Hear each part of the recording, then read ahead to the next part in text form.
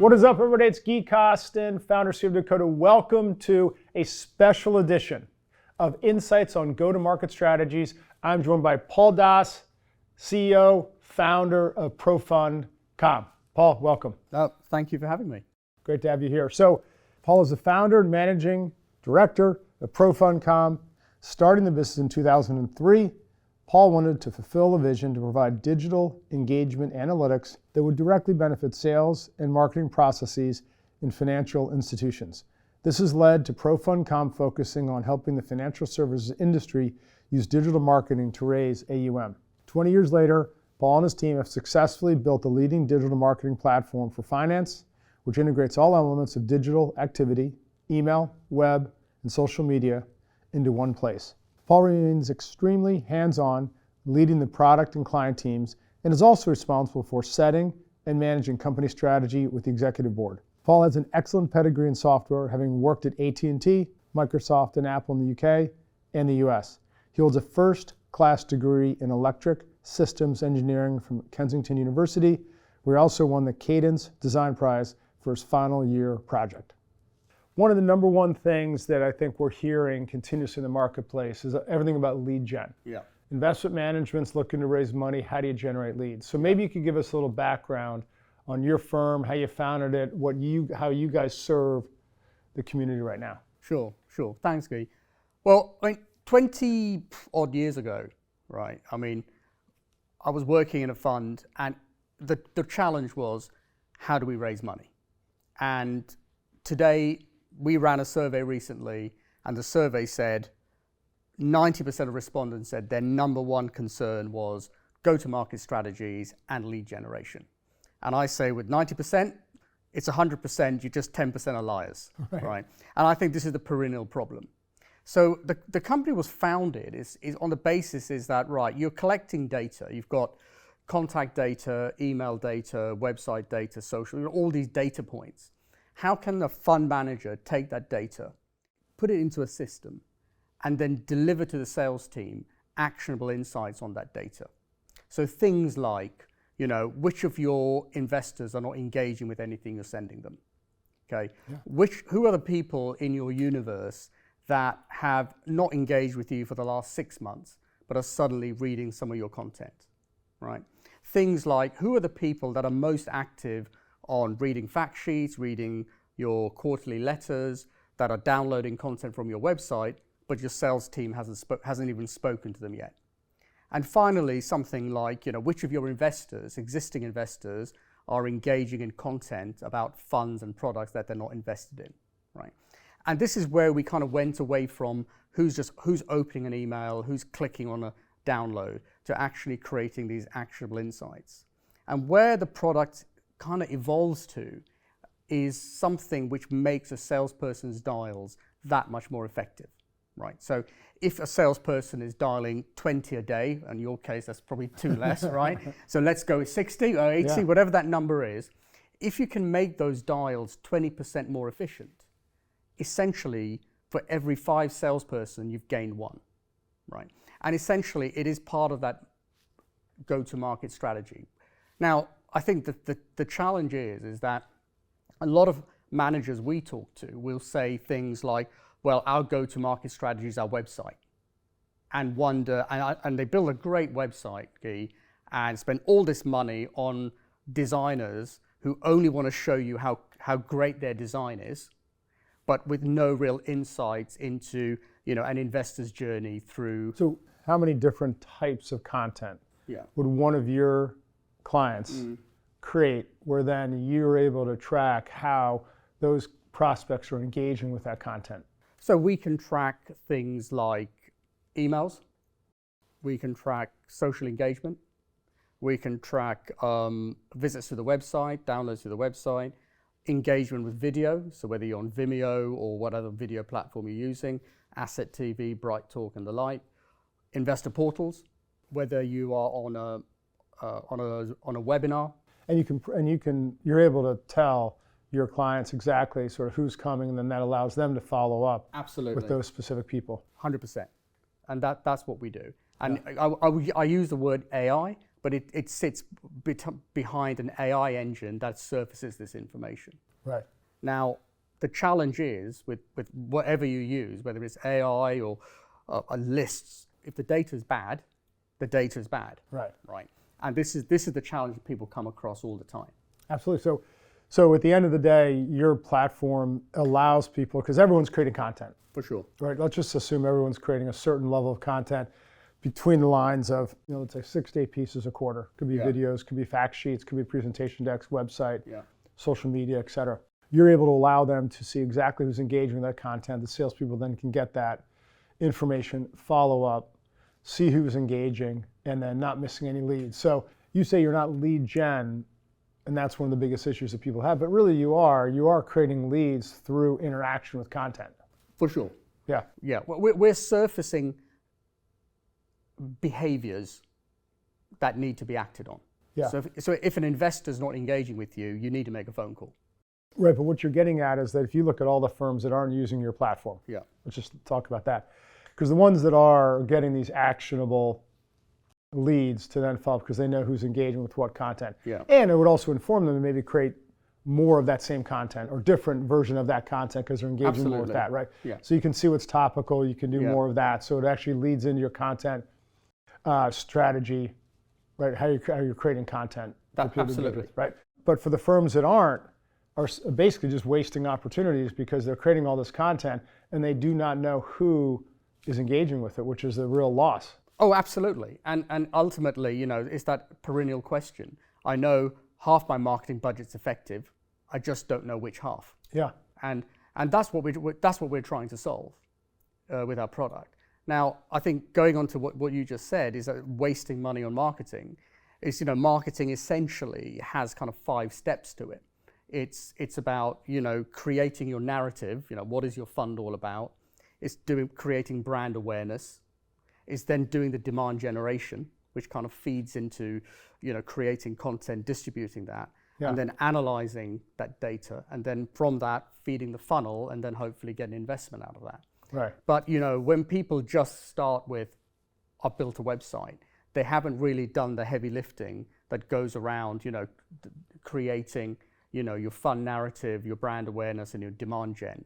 And if you speak to any marketer, whether you're selling lemonade or you're selling funds, those are like the starting pillars for a marketing campaign. Yeah, I mean, tracking engagement, the results from engagement is everything. It's no different than if you're in the race car business and you have a race car running around the track and you don't know how fast it's going or any of the metrics that you could be tracking to improve performance. Yeah. That's what you're saying. Basically, you're flying blind. So it's great that a firm creates all this content, but if you don't know who's engaging or you don't have a mechanism to track engagement, it's really what you're getting at, then you're at a huge loss. You are. And I think with race cars, I suppose you've got wind tunnels and all kinds of stuff where the data is clean.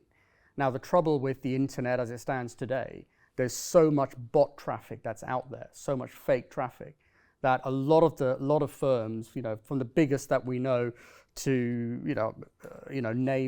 names that we all know, are struggling with how they clean bot traffic. So now they're getting more and more false positives of data coming in, and what we're hearing is that people are making wrong dials because the data, they can't trust the data. Right. They can't trust the data because the source data that they're using of a contact base is incorrect because people have moved. And secondly, you've got bots that are kind of going through websites and creating false traffic. So that's another challenge that's come to the fore.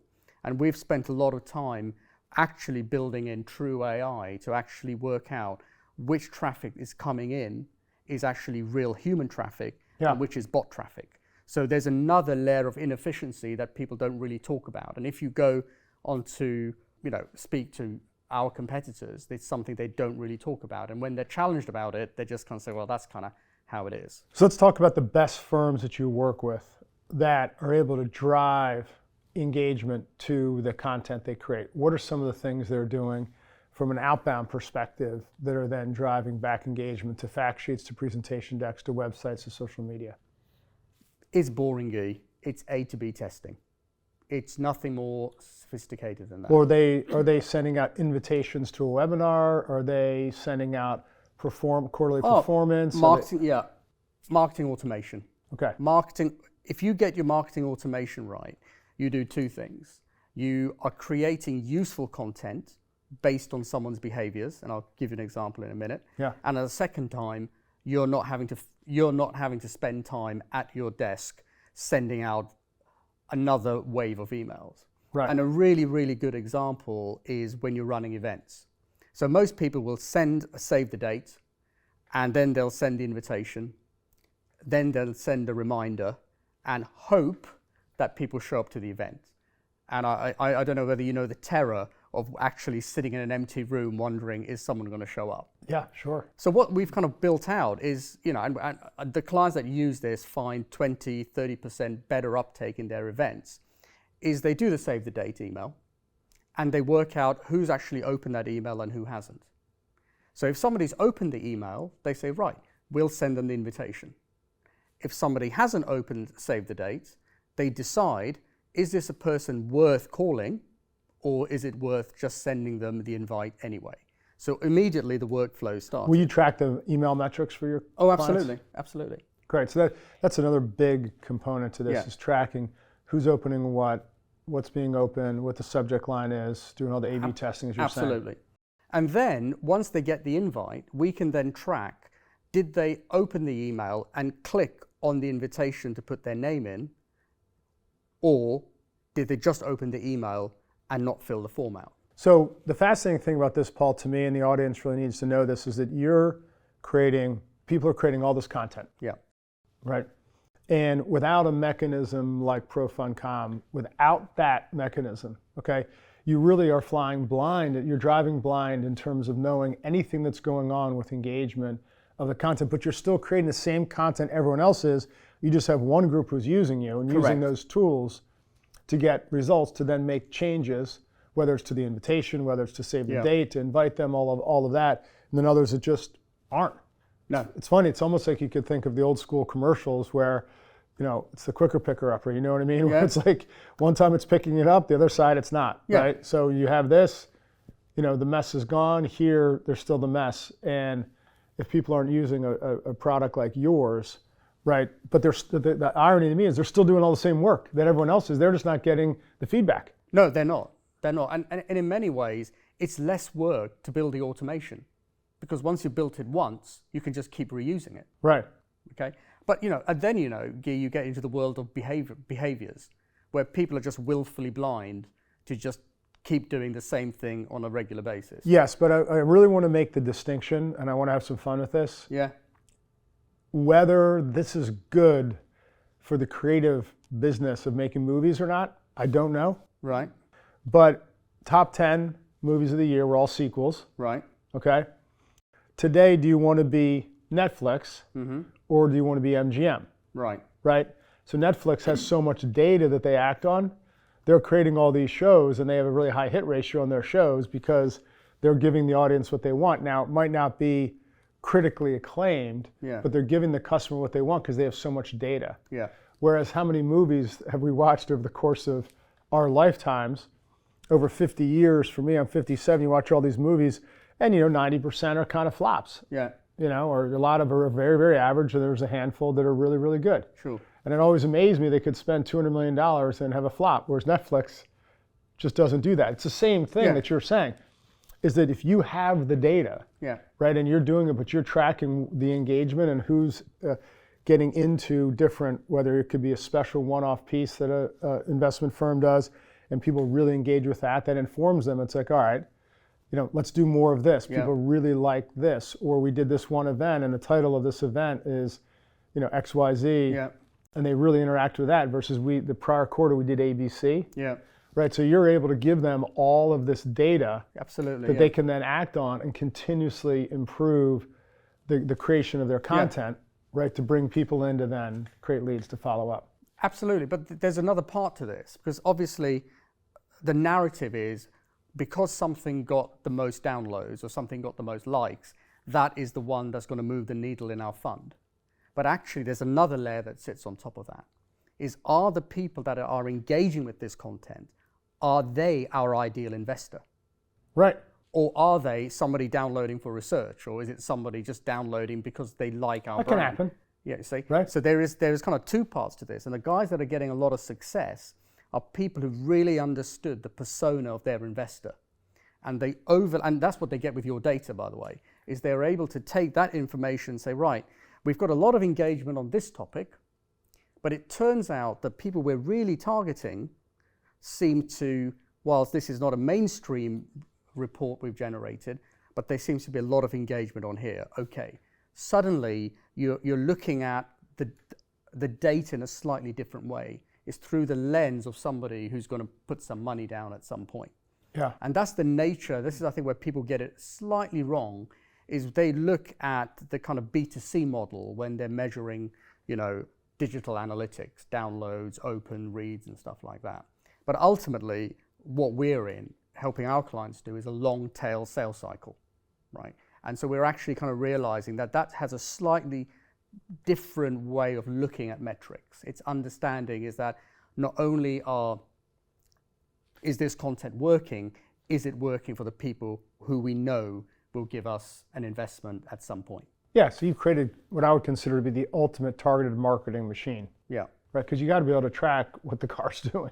For sure. You just can't go spend all this money, time, and energy on a car and not have any stats on how it's performing on the track. Absolutely not. Right, Absolutely but so many people do. Yeah. And they're just missing opportunities. Yeah. And it doesn't seem like there's a big cost to it. It's not. And, I went to the Formula One at Silverstone, and Ferrari, by the rivets, have a little aerofoil around the rivets. And one of the engineers who was with McLaren told me, that's really interesting, because somebody thought they'll get a slight benefit by the rivets having an aerofoil around it. And it may or may not make a difference, but the fact that they think about that. And it's Well, they were getting some kind of data. Absolutely. Right? But that's how they're thinking. Yeah. And I think there is a big difference in people who think, well, our fund is performing great, money will come through the door, versus people who actually understand they have to work the data, they have to have a go-to-market strategy, they have to have clean data, and they have to have a marketing strategy in place to get. Well, give me, since you brought it up, give me, what do you think is one of the worst go-to-market strategies? I think, well, you can't out BlackRock, right? And Vanguard, right? We're not talking about that level. They can do what they want and they'll get money coming in. I think one of the worst strategies is thinking it's all about performance. I think. Yeah, I agree. I think because it's not all about performance. People, from our data, that's third on the list that people care about. First is attitude to risk. Second, close second is investment strategy. Yeah, the story. The story. Yeah. And thirdly is the performance. Yeah, and people buy into stories, and if you really understand the story, then you can buy into why you'd want to invest with them. Absolutely. And it then depends, and this is a really interesting question, is, the science of why people buy, right? Are you buying because your decisions to buy is just you're backing up an emotional decision, right? Yeah. That's why you have the justification. And I think there's some of that feeds into how people buy into a fund. It's the manager, it's the story they tell, their attitude to risk, their investment strategy. Some is a track record, some isn't, right? And I do think what I've seen, and I've been going 25 years doing this, I think what I'm seeing, and we've just released a report today that's available next month. On your website? On our website. Okay. And we, every year... And your website is? www.ProFundCom.net. Okay. ProFundCom.net. Right. And there's a story behind that, but that's for another day. And what we do every year, we grade the top 100 hedge fund websites. And we've done this for a period of time, and we talk about their design and all their features. And it looks like now, for the first time, there is a correlation between AUM coming in and performance of the website. And that seems to be something that we didn't expect, because there's generally people who used to think, well, the website's got nothing to do with it. But actually, it turns out it feeds into now how people buy, because invariably the first thing we do, we go to Google, we go to a website, and we just get a sense of the brand. And so brand awareness and demand generation is now becoming quite key into how we're seeing the market moving. Oh, great. So if you're a web designer in this space, good luck. You're shooting fish in a barrel. Right. Because I think it is moving. People are spending lots and lots of time, energy, resource, and money creating websites that reflect the brand. Right. They're very informative to learn about who they are and what they do. Absolutely. But you got to know, you're saying you need ProFundCom's technology to be able to track who's coming, who's engaging with what. Because if you don't know that, then you can't do the follow-up. And then ultimately, there's no ROI on your website. And everybody talks about, right, marketing, where's my ROI? How can you demonstrate ROI? How can you demonstrate money? How is marketing, how can you attribute money coming in to marketing activity? How can marketing demonstrate, that they're actually adding to the value of the fund? And ultimately, how can a marketing team get more budget? And how can a marketer get a pay rise? Right. It's how can they demonstrate they're moving the needle for the fund? And again, this kind of moves us quite neatly into how does a marketer manage ROI? I think long are the days gone where people are talking about, well, we've had that many more new visitors on the website. Who cares? How you actually take that marketing attribution that somebody comes to the website, they download content, and they make it into putting money into the fund. That's the journey that needs to be tracked, and that's what we do. Right. So a marketer, what marketers love about our product, a lot of it is that it helps them do two things. It helps them get more budget because they can demonstrate the impact they're having on raising AUM, and it helps them get a pay rise because it actually shows that sales is wonderful in a fund, but marketing is its close cousin. And I think marketing is going away from being something that somebody did, like PDFs and fact sheets that were sent out in the old days, to something that's almost a core function of a fund now. You talked about internal versus external sources. Could you comment on that? Because that's been sort of topical. Whether people are doing it internally or externally, it's very hard to do it. I mean, there's no internal tools that people are going to create to do what ProFundCom does for your clients, huh? Look, we started as an internal tool. I was just stupid enough to think we can build a company. Right. And 400 users later, well, maybe I was right. And yeah, it's always a challenge. People, there are other products are available, right? Yeah. Generic products are available. But I think the difference is, from deliverability, compliance, security, the world's top 100 hedge funds use our product. There's a reason they use it. Yeah. And we're just very, very domain specific in what we do. Yeah, absolutely. There's no reason why somebody couldn't build this. It's just like people can go screen scrape data. But they're better off investing though in creating more and more content that's working. Absolutely, and using your platform to track the results of that content creation. Absolutely. And the other fact as well is that we run regular user groups in the US, in Asia, in Europe, in the UK, where we bring our clients together who are all generally heads of marketing, heads of distribution, where they actually just sit down and talk about what they're doing. So it's almost, we've kind of created a law of unintended consequences. We've created a community of heads of marketing and heads of distribution, which is quite interesting as well. I just think at the end of the day, marketing attribution is everything. Tracking the results of your marketing efforts is vital. If you're going to spend the time to create it, you got to track who's engaging with it. Yeah. And that's what ProFundCom does so well. Absolutely, yeah. That's what Great. we do. Well, Paul, can't tell you how much I've enjoyed the conversation. No, likewise, yeah. Congrats on what you've built. Well, thank you very much. Fun stuff. All right. Thank you everyone for joining Insights on Go-to-Market Strategies with CEO and founder of ProFundCom, Paul Das.